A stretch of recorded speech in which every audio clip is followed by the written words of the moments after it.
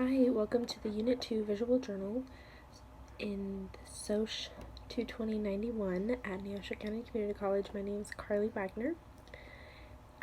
So this is Unit 2, and today we're analyzing sex, gender, and family.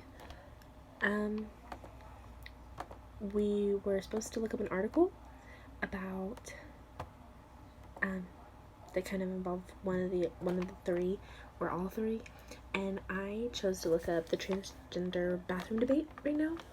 And so the article that I read specifically is The Transgender Bathroom Debate in the Intersection of Politics, Law, Ethics, and Science.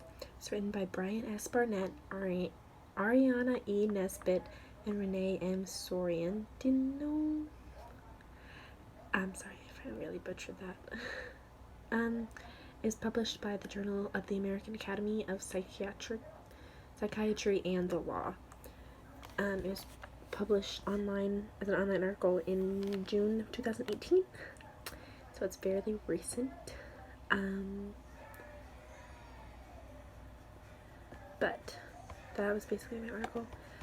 So the news has been really huge on transgender bathrooms in the schools and the families that have been a huge topic going on right now, because families are kind of scared that they're going to abuse transgenders are going to abuse the use of switching bathrooms. And I would agree, it's kind of scary to think about that someone could just be yeah, I'm transgender, and use the other bathroom and it not use it against them, to abuse the power, kind of.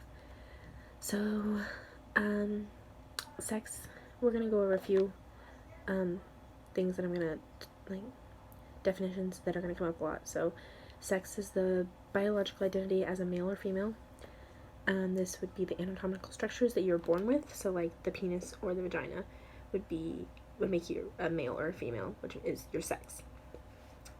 Gender is the way that you feel about yourself in society. So the way you identify as a him, her, she, it, he, all the other ones that go along with it, miss, Mr. Gender roles would be the attitudes and behaviors that men and women are expected to have in society. So that would include maybe males bringing in the money, or females having a more tender role, being a stay-at-home mom, stuff like that, gender roles that we're kind of pushing past now, I feel like. So basically the article I read is about transgender bathroom use. I personally would say that they should use the bathroom they are biologically at the moment, is what I had said before I read the article. And now looking back, I think the article pointed out a really good point of having gender neutral bathrooms to make transgenders feel more comfortable and other people feel more comfortable as well, or gender inclusive bathrooms, so it's everyone, so kind of family bathrooms, more of them. And then we might be able to get rid of bills that are discriminatory and use gender neutral bathrooms and go that direction, instead of being you can and can't do this, and be more, this is what we're going to do for you to help you. So I think that's would be the best way to go, just because it is safer and I think it's mentally healthier for everyone. So the first bill that was passed for transgender bathrooms, about transgender bathrooms, was in North Carolina in 2016, prohibiting transgenders to use the restroom that corresponded to their biological sex at birth in government buildings such as schools. So it really only affected people in government buildings, but it still is a big deal.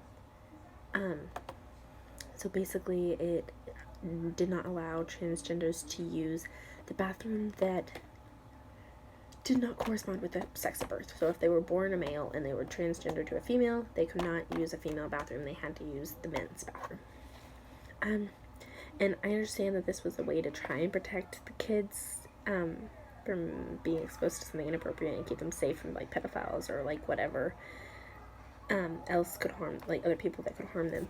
But at the same time, it was very discriminatory towards transgenders because they weren't allowed to use the bathroom that they identified with, if that makes sense.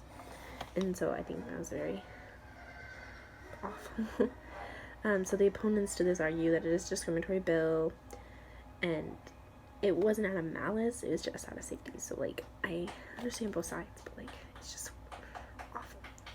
So the idea of sex-segregated bathrooms came up to try and protect the weaker women, so to say, because women were supposed to be in the house, and so it was supposed to try to make them feel more comfortable in public, and that's how sex-segregated bathrooms even came up. So it's sex-segregated bathrooms are honestly, like, very gender roly, old school. Like, I know they're normal now, but they weren't normal at one point. Everybody went to the bathroom in the same spot. Everybody went to the bathroom in the hole in the ground. So why can't we all go to the bathroom wherever we please? Transgender individuals are thought to conform to their behavior of the anatomical sex rather than the gender they identify with, but that's really not true. Like, they identify with the gender because they feel comfortable in that gender. So the thing I'm going to leave with you last is more than half the people in the U.S. transgender survey put that they avoided public restrooms in the last year to avoid confrontation or other problems. So we want to avoid problems with them, but they want to avoid problems with us, and they don't want to have any issues arise when they use the public bathroom. So I think we as a nation need to sit down and talk about how we can fix this and how we can make everyone feel more comfortable and more safe. So thank you so much for listening. Have a good day.